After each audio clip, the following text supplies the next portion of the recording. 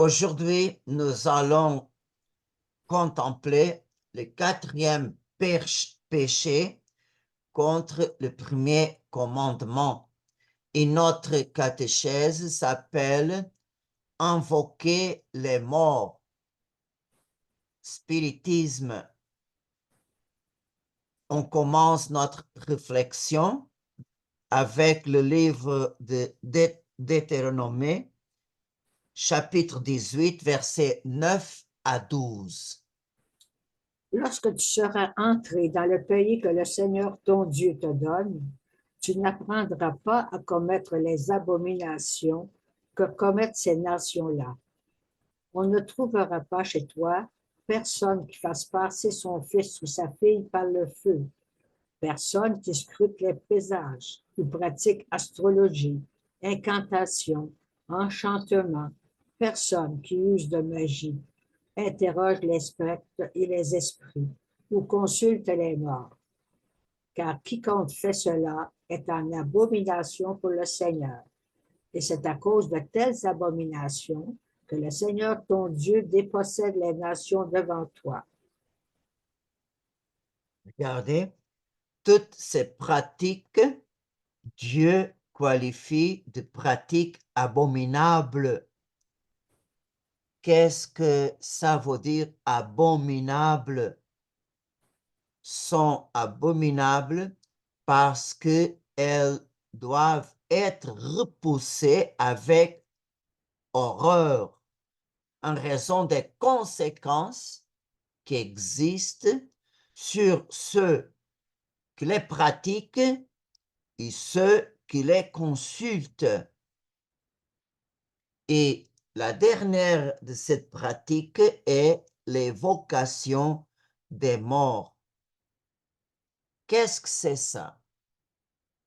Alors, il s'agit d'un désir malheureusement très, très ancien qui existe dans le cœur de l'homme. C'est une curiosité et un désir de savoir qu'est-ce qui existe au-delà de la mort, ou quel est le sort de ceux qui quittent ce monde, où sont nos proches disparus et qui nous manquent tant. Peut-être à cause de nostalgie ou à cause du vide que nos défunts nous ont laissé dans le cœur, l'homme ne se sent pas comblé, se marche seulement par la foi ou avec une confiance inconditionnelle en Dieu. Alors, comme la foi est un chemin dur et faire confiance en Dieu, que on se relationne avec lui seulement par la foi, ça ne comble pas le cœur de l'homme qui a cette curiosité de savoir qu'est-ce qui existe après la mort, quel est l'essor des morts et nos proches disparus, où sont-ils? Et alors, même dans les civilisations plus anciennes, existe le désir de communiquer avec les morts ou manipuler les âmes des défunts à notre profit, et en même temps, on invoque les morts, les esprits, pour révéler notre futur, notre avenir. Alors, on ne peut pas nier que même aujourd'hui, cette pratique est disparue. Non, c'est le contraire. À la mesure que les hommes restent loin de Dieu et du chemin de la foi, ils se jettent directement au pratiques de superstition, aux pratiques de magie, sorcellerie, et aussi à la invocation des morts. Par exemple, au 19e siècle, nous avons le mouvement du spiritisme fondé par Alain Kardec, qui est un parallèle de toutes les pratiques spirites africaines ou afro-américaines. Toutes ça ont le même objectif.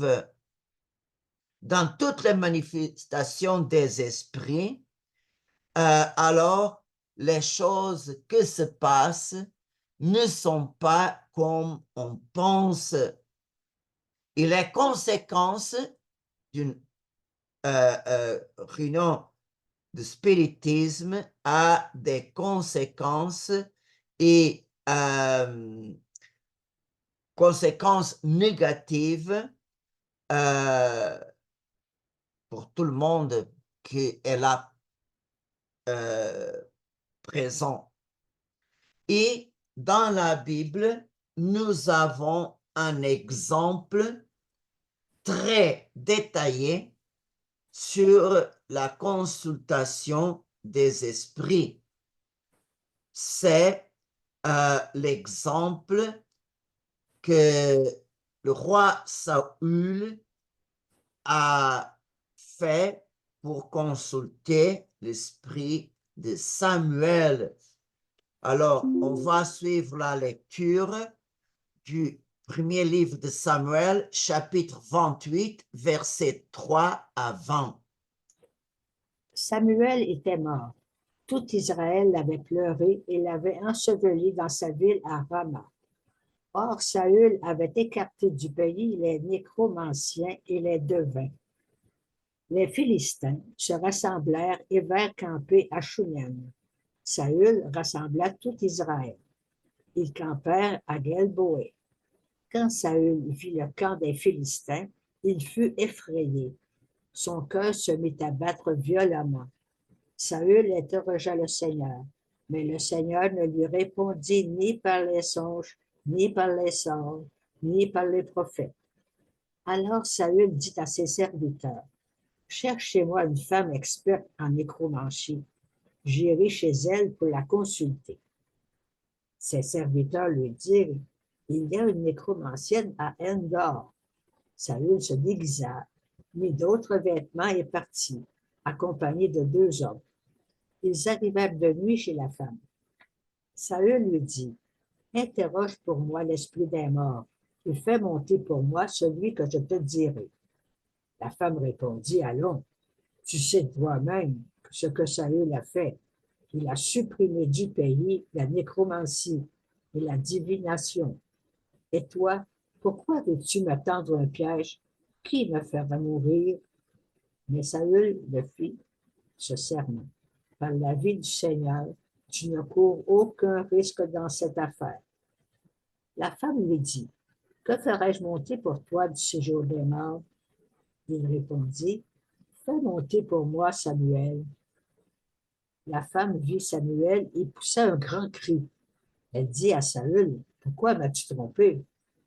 Tu es Saül. » Le roi lui dit, « Ne crains pas, mais que vois-tu? » La femme dit à Saül, « Je vois comme un Dieu montant de la terre. » Saül lui demanda, « Quelle est son apparence? » Elle répondit, « Celui qui monte est un vieillard. Il est enveloppé d'un manteau. » Saül comprit alors que c'était Samuel. Il s'inclina face contre terre et se prosterna. Samuel dit à Saül, « Pourquoi as-tu troublé mon repos en me faisant monter? » Saül dit, « Je suis dans une grande angoisse. Les Philistins me font la guerre et Dieu s'est écarté de moi. Il ne me répond plus, ni par l'intermédiaire des prophètes, ni par les songes. Aussi t'ai-je appelé pour que tu m'indiques ce que je dois faire. » Samuel dit, « Et pourquoi m'interroges-tu alors que le Seigneur s'est écarté de toi et qu'il est devenu ton adversaire? Le Seigneur a fait comme il l'avait dit par mon intermédiaire. Le Seigneur t'a arraché la royauté et l'a donnée à David, à ton prochain. Puisque tu n'as pas obéi à la voix du Seigneur et que tu n'as pas traité Amalek selon l'ardeur de sa colère, eh bien, le Seigneur te traite aujourd'hui de cette manière. Et avec toi, le Seigneur livrera aussi Israël aux mains des Philistins. Demain, toi et tes fils, vous me rejoindrez. Même l'armée d'Israël, le Seigneur la livrera aux mains des Philistins. Aussitôt Saül s'effondra par terre, de toute sa hauteur, tant les paroles de Samuel l'avaient effrayé.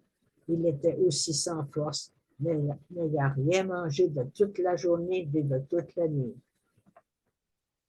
Alors que c'est vraiment une description extraordinaire.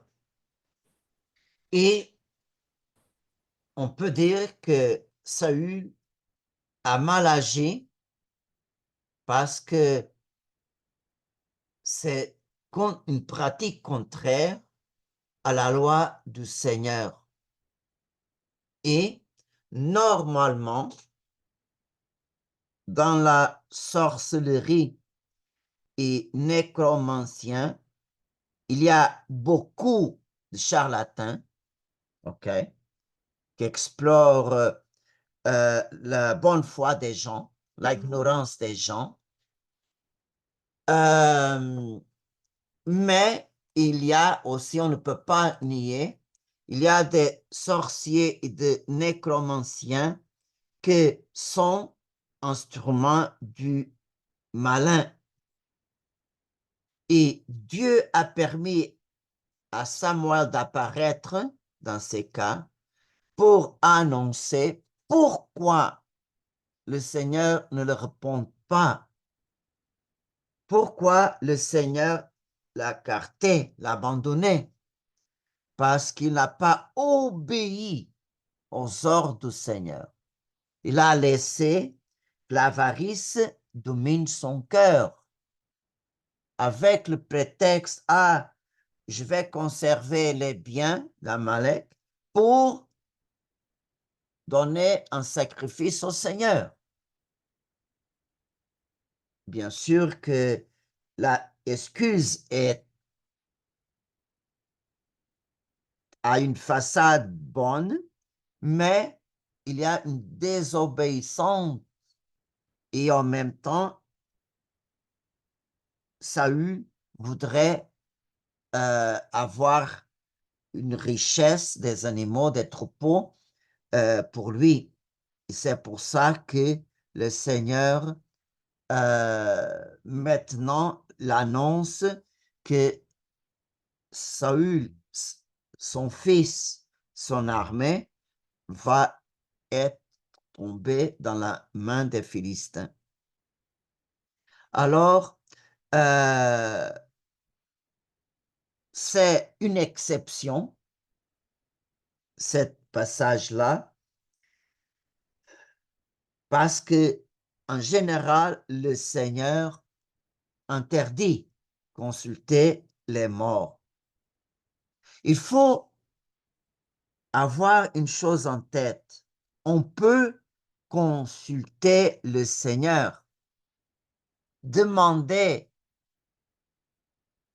sa lumière, le demander qu'il nous inspire si on se trouve dans une situation difficile ou dans un problème et on ne sait pas comment trouver la solution. On peut faire une prière avec une grande confiance pour demander le discernement. Ou on peut aussi aller à un prêtre pour demander la direction spirituelle ou un conseil d'une personne sage, expériente, que nous avons confiance. Alors, on voit que Saül s'est renseigné au mauvais endroit. Il se renseigne la volonté de Dieu, ou le pourquoi, avec une pratique que est abominable. Alors, selon la loi de Moïse, ces personnes qui parlent au nom des dieux étrangers sont cataloguées comme les faux prophètes. Et les faux prophètes, selon la loi de Moïse, étaient condamnés à la mort. Et on voit que dans le temps des prophètes, les vrais prophètes que Dieu a appelés, il y a un grand effort pour dénoncer les faux prophètes et en même temps pour dénoncer toutes les pratiques qu'il y avait à l'intérieur de la société juive. Écoutons, par exemple, 2 passages du livre du prophète Jérémie, chapitre 5, 31 et chapitre 14, verset 14. Le prophète Jérémie déclare ainsi: des infamies, des choses monstrueuses se commettent dans le pays. Les prophètes prophétisent le mensonge. Les prêtres se remplissent les mains. Et mon peuple aime cela. Mais que ferez-vous quand viendra la fin? Il le dit encore plus clairement. Alors le Seigneur me dit: c'est le mensonge que ces prophètes prophétisent en mon nom. Je ne les ai pas envoyés. Je ne leur ai pas donné d'ordre. Je ne leur ai pas parlé. Vision mensongère, divination, ineptie et tromperie de leur cœur. Voilà ce qu'ils vous prophétisent. Alors, et pourquoi le Seigneur Dieu met en garde contre ces pratiques? On voit que le Seigneur aussi nous clarifie par le prophète Jérémie. Oui, ainsi parle le Seigneur de l'univers, le Dieu d'Israël. Ne vous laissez abuser ni par les prophètes qui sont au milieu de vous, ni par vos devins. N'écoutez pas vos songes, les songes que vous provoquez, car c'est le mensonge qu'ils prophétisent en mon nom. Je ne les ai pas envoyés, oracle du Seigneur. Et à cause de cette pratique abominable, par Ézéchiel, le Seigneur prononce le châtiment sur les faux prophètes. Ézéchiel 13, versets 3 à 7. Ainsi parle le Seigneur Dieu. Quel malheur pour les prophètes insensés qui suivent leurs propres inspirations sans avoir rien vu. Des chacals dans des ruines, tels furent les prophètes d'Israël. Vous n'êtes pas montés sur les brèches. Vous n'avez pas construit de mur autour de la maison d'Israël pour qu'elle puisse tenir ferme dans le combat au jour du Seigneur. Ils ont des visions illusoires et des présages trompeurs, eux qui disent « oracle du Seigneur », sans que le Seigneur les ait envoyés. Ils attendent la confirmation de leurs paroles. Ne sont-elles pas illusoires, vos visions, vos mensonges, et mensongers, vos présages, quand vous dites « oracle du Seigneur », alors que moi, je n'ai pas parlé? Alors, et Jésus-Christ nous donne la clé comme discerner, comme distinguer les vrais prophètes des faux prophètes. Matthieu 7, 15, 20. Méfiez-vous des faux prophètes qui viennent vous déguiser en brebis, alors qu'au-dedans, ce sont des loups voraces. C'est à leurs fruits que vous les reconnaîtrez. Va-t-on cueillir du raisin sur des épines ou des figues sur des chardons? C'est ainsi que tout arbre bon donne de beaux fruits et que l'arbre qui pourrit donne des fruits mauvais. Un arbre bon ne peut pas donner des fruits mauvais, ni un arbre qui pourrit donner de beaux fruits. Tout arbre qui ne donne pas de beaux fruits est coupé et jeté au feu. Donc, c'est à leurs fruits que vous les reconnaîtrez. Alors, on ne peut pas savoir tout de suite si cette personne est un faux prophète ou un vrai prophète du Seigneur. Mais il faut attendre pour voir les résultats.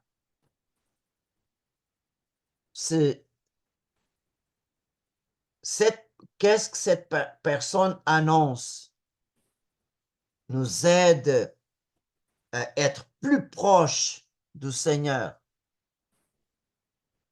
Il nous invite à un chemin étroit, nous invite à une conversion, un renoncement du péché par la vraie confession, communion. C'est un bon prophète. Si un prophète annonce des choses contre l'évangile ou une vie plus facile, plus commode, sans avoir besoin des sacrements, sans avoir besoin de l'Église, alors il faut faire attention parce que c'est un faux prophète. Et malheureusement, c'est inévitable que les faux prophètes vont apparaître au cours de l'histoire de l'Église. Et le Seigneur nous a déjà prophétisé dans un autre passage de l'Évangile, Matthieu 24, versets 24 à 27. Il surgira des faux messies et des faux prophètes. Ils produiront des signes grandioses et des prodiges, au point d'égarer, si c'était possible, même les élus. Voilà, je vous l'ai dit à l'avance. Si l'on vous dit le voilà dans le désert, ne sortez pas. Si l'on vous dit le voilà dans le fond de la maison, n'en croyez rien. En effet, comme l'éclair part de l'Orient et brille jusqu'à l'Occident, ainsi sera la venue du Fils de l'homme. Bon, je vais faire une parenthèse sur ces points-là, seulement pour donner un exemple. Je ne sais pas si vous avez eu la connaissance, mais de toute façon, je vais partager avec vous, qu'est-ce qui s'est passé déjà cette année 2024. Presque à la fin de février, il y avait des pamphlets qui annonçaient Notre-Dame a dit, je ne sais pas où, que le 31 janvier va avoir les 3 jours des ténèbres. Il faut ramasser de la nourriture chez nous, il faut faire ça, il faut faire ça. Alors, le 31 janvier est arrivé et l'autre, quand va avoir l'éclipse solaire, etc., va commencer les 3 jours de ténèbres, va arriver ça, va arriver ça, va arriver. Et le pire, c'est que ce n'est pas parce que les choses n'arrivent pas, non. C'est que le résultat, c'est que on met en question et en doute la parole de Notre-Dame, ou la parole de Jésus.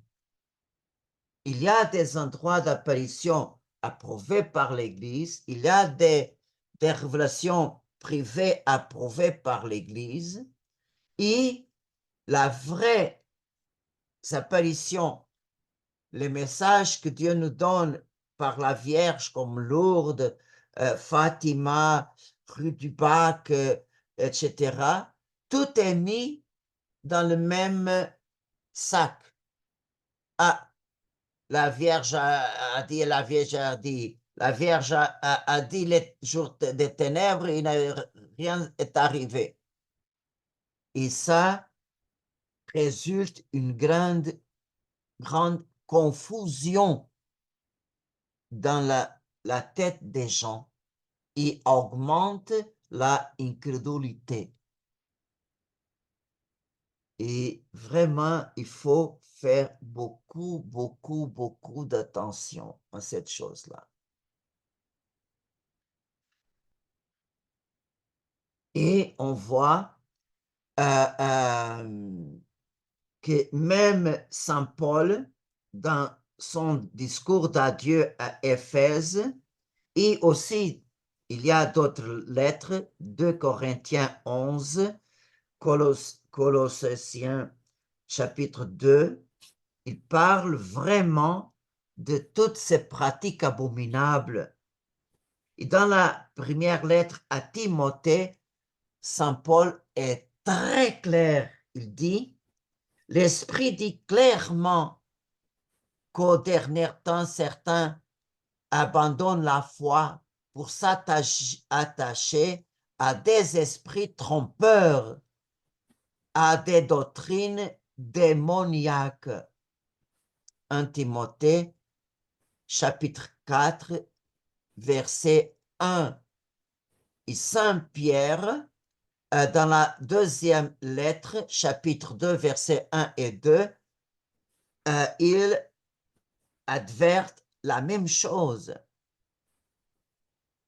Mais il y aura aussi des prophètes de mensonges dans le peuple, comme il y aura parmi vous des maîtres de mensonges qui introduiront des hérésies menant à la perdition et renieront le maître souverain qui les a rachetés.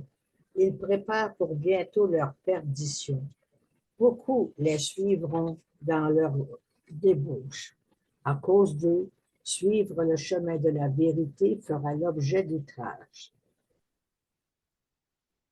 Alors, et Saint Jean aussi, dans la première lettre, écrit la même chose. Et selon la loi de Moïse, nous avons lu le texte du chapitre 18 au commencement de cette méditation. Elle est complétée par le livre de Lévitique que déclare qui pratique l'invocation des morts ou les voyants seront mis à mort. Et la mort, le premier livre des Chroniques dit Saul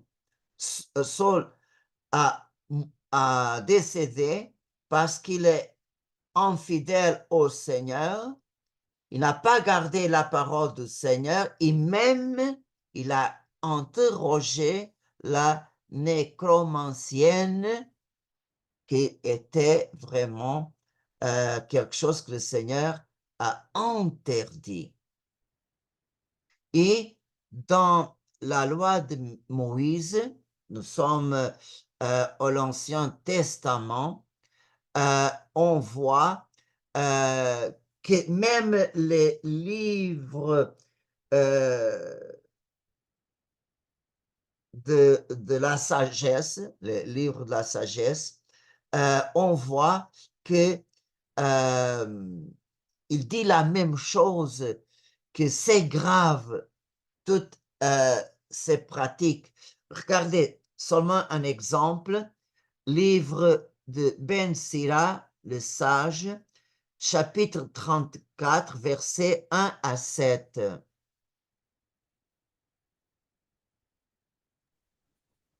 Les espoirs vains et trompeurs sont le lot des hommes stupides, et les songes donnent des ailes aux insensés. S'arrêter à des songes, autant saisir une ombre ou poursuivre le vent.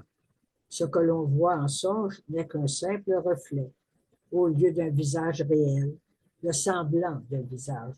De l'impur, que peut-il sortir de pur? Du mensonge, que peut-il sortir de vrai? Divination, présage, songe, autant de balivernes. Délire d'une femme qui accouche. À moins qu'il ne soit envoyé comme une visite du Très-Haut. N'y attache pas ton esprit. Les songes ont égaré bien des gens et fait tomber ceux qui avaient mis en eux leur espoir. Alors, et l'autre punition que le Seigneur donne aux faux prophètes, c'est le Seigneur l'enlève leur masque. Ils sont démasqués aux yeux du peuple. Et ça, c'est à l'Ancien Testament. Le Nouveau Testament, le Seigneur donne aux 16 apôtres le pouvoir de vaincre et démasquer les magiciens. Par exemple, Saint Pierre affronte Simon le magicien, Actes des Apôtres chapitre 8, et Saint Paul trouve à Paphos un magicien, un faux prophète juif nommé Bar-Jésus, qui vivait auprès du proconsul Sergius Paulus. Et alors, on va lire ces passages pour comprendre qu'est-ce que dit Saint Paul, cet faux prophète. Actes des Apôtres, chapitre 13, versets 9 à 11. Toi qui es plein de Toi qui es plein de toutes sortes de fausseté et de méchanceté, fils du diable, ennemi de tout ce qui est juste, n'en filtreras-tu pas de faire dévier les chemins du Seigneur qui sont droits? Maintenant, voici que la main du Seigneur est sur toi. Tu vas être aveugle, tu ne verras plus le soleil jusqu'au moment fixé. Et aussitôt tombèrent sur lui brouillard et ténèbres. Il tournait en rond, cherchant une main pour le guider. Alors, regardez, Saint Paul, plein de l'Esprit Saint, tout de suite a donné le châtiment au nom du Seigneur de rester aveugle pour un certain temps. Et le proconsul Sergius a vu avec ses yeux le faux charisme qui avait Elimas, et en même temps, il a abandonné tous ses conseils d'Elimas pour adhérer à Christ et à la foi. Alors, dans le Nouveau Testament, Saint Paul parle très clairement que les sorciers, les invoquer les morts et toutes ces pratiques-là n'hériteront pas le royaume de Dieu, sont destinés à la seconde mort, c'est-à-dire à la condamnation éternelle, dit l'Apocalypse 21, 8, s'ils ne se convertissent pas. S'ils ne se convertissent pas. Alors, de nouveau, c'est le dernier point de la catéchèse d'aujourd'hui et c'est la plus importante. Pourquoi sont vraiment une abomination? Alors, la Sainte Écriture, au long de l'histoire du salut, met ensemble les pratiques de sorcellerie, divination, invocation des morts, et idolâtrie. Alors, Saint Paul, en définissant qu'est-ce que euh, qu'est-ce que c'est le culte aux idoles, qu'est-ce qu'il y a arrière de toutes ces pratiques, il vraiment enlève la masque. 1 Corinthiens, chapitre 10, versets 18 à 21. Voyez ce qui se passe chez les Israélites, ceux qui mangent les victimes offertes sur l'autel de Dieu. Ne sont-ils pas en communion avec lui? Je ne prétends pas que la viande offerte aux idoles ou que les idoles elles-mêmes représentent quoi que ce soit, mais je dis que les sacrifices des païens sont offerts aux démons et non à Dieu. Et je ne veux pas que vous soyez en communion avec les démons. Vous ne pouvez pas boire à la coupe du Seigneur et en même temps à celle des démons. Vous ne pouvez pas prendre part à la table du Seigneur et en même temps à celle des démons. Alors, une partie, je laisse clair, une partie de ces pratiques-là sont des fraudes, mais sont graves parce qu'elles trompent la ignorance des gens que consultent. Et ces pratiques explorent au niveau financier les gens. Alors, même si on sait qu'une partie sont fraudes, on ne peut pas exclure qu'il y a l'autre pratique, d'autres parties de ces pratiques, que c'est une action directe du diable qui fait sentir sa présence. Alors, il est assez rusé et puissant pour donner à ces instruments les dons et charismes que imitent très bien les vrais dons et les vrais charismes de l'Esprit Saint. N'oubliez pas une chose, que quand les anges infidèles sont tombés du ciel, Dieu a conservé en eux la vie, l'existence et son pouvoir naturel. OK? Les anges déchus n'ont pas la perfection surnaturelle qu'il a les 100 anges, mais son pouvoir naturel est suffisamment grand pour causer des grands dommages.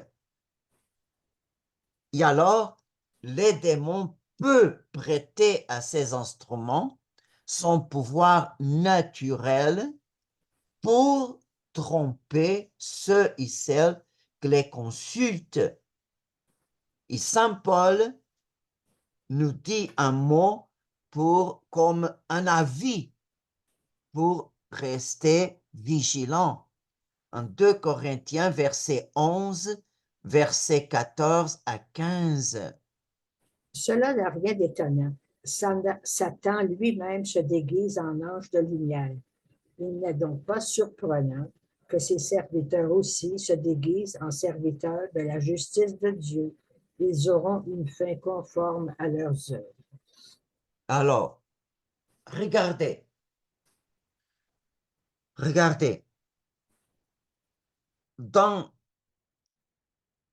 C'est normal, dans la salle de la médium,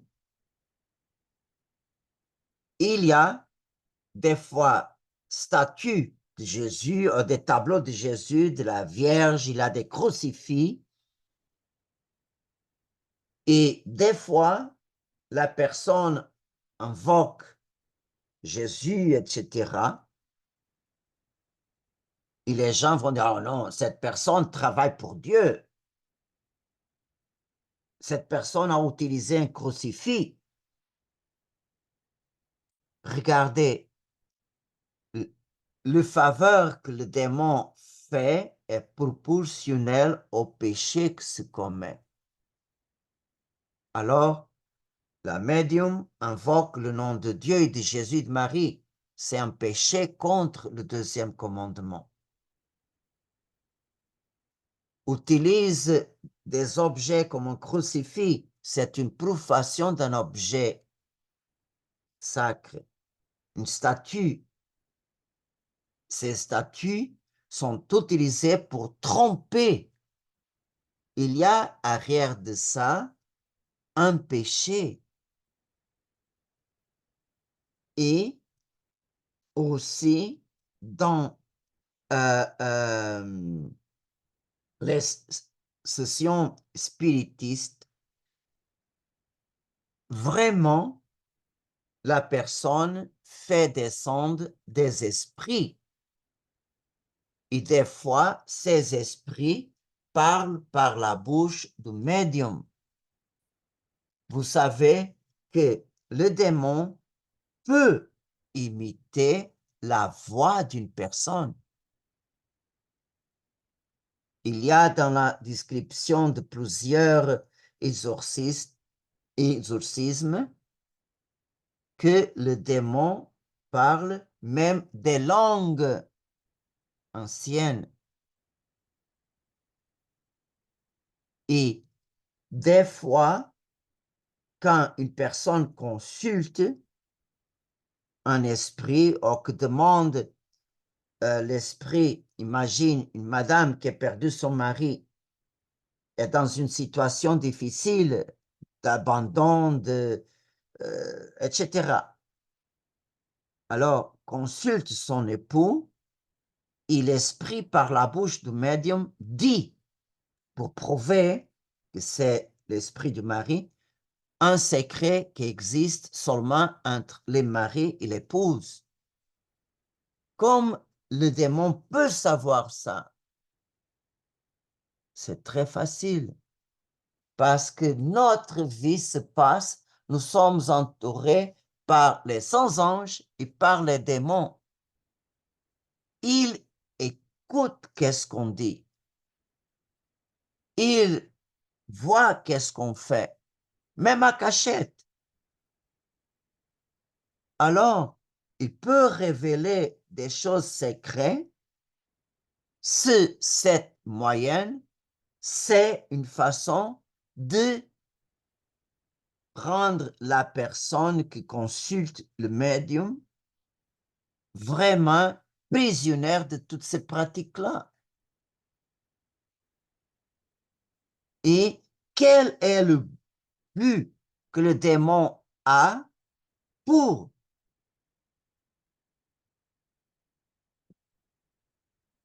augmenter ces pratiques? Quel est le but? Quelle est l'intention? Et le but que Satan a pour incentiver ces pratiques, c'est même lui qui révèle son intention dans la troisième tentation de Jésus dans le désert. Le diable Matthieu, l'amène encore sur une très haute montagne et lui montre tous les royaumes du monde et leur gloire. Il leur dit, tout cela, je te le donnerai si tombant à mes pieds, tu te prosternes devant moi. Matthieu 4, 8, 9. Alors, le démon veut pour lui l'adoration qu'appartienne seulement à Dieu. Alors, on voit un effet automatique qui consulte les esprits, c'est que le diable se déguise en ange de lumière et il veut que la personne se rende esclave de lui. Et on voit que au cours des consultations, la personne perd la capacité de avoir la direction de sa propre vie. Elle ne fait rien sans consulter le médium. Alors, ces gens se rendent esclaves de ces pratiques. Et c'est très grave. À la mesure qu'ils sont esclaves du démon, les gens s'éloignent de Dieu.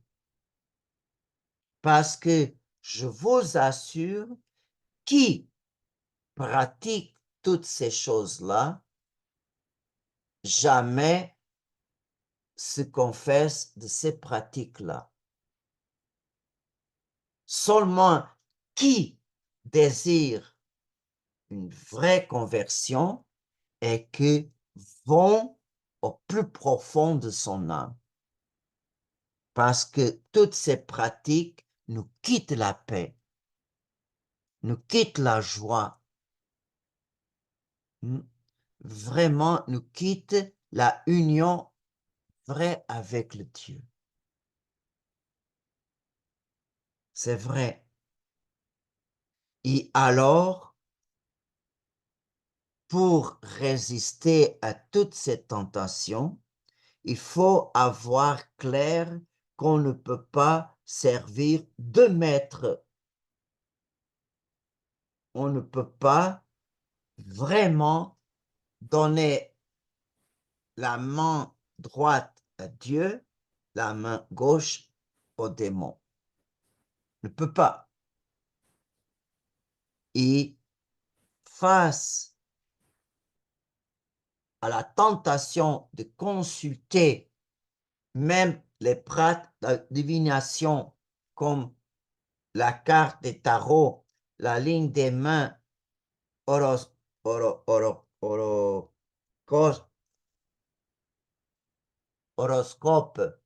etc., il faut résister à cette tentation.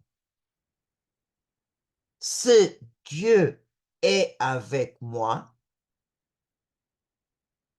si Dieu jusqu'à aujourd'hui n'a pas m'abandonné, si avec son aide j'ai surpassé toutes les souffrances, mon futur est entre ses mains.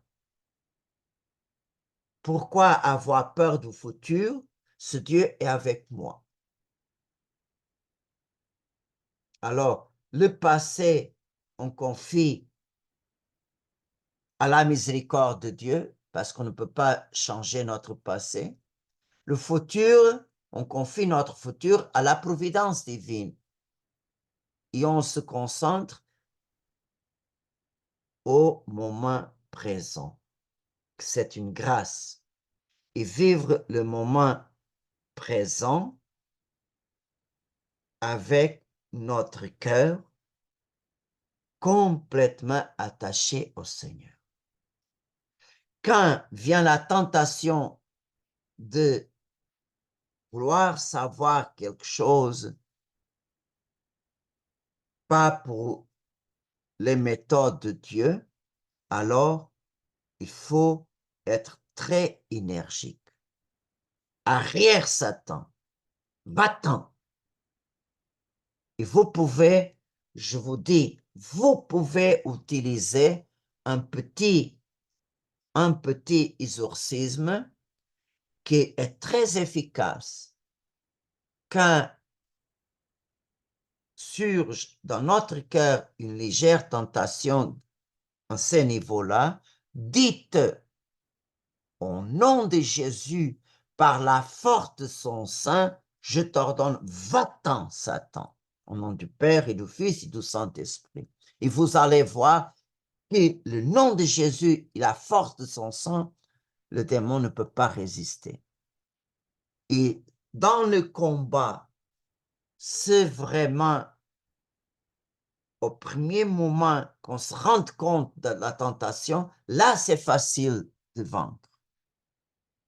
Mais si on laisse la tentation augmenter, wow,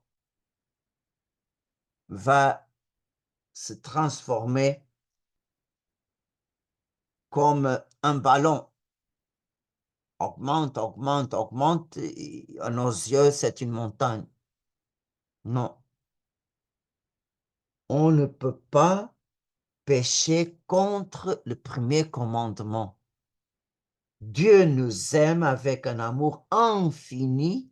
Il a le droit d'avoir toujours la première place dans notre cœur. Amen.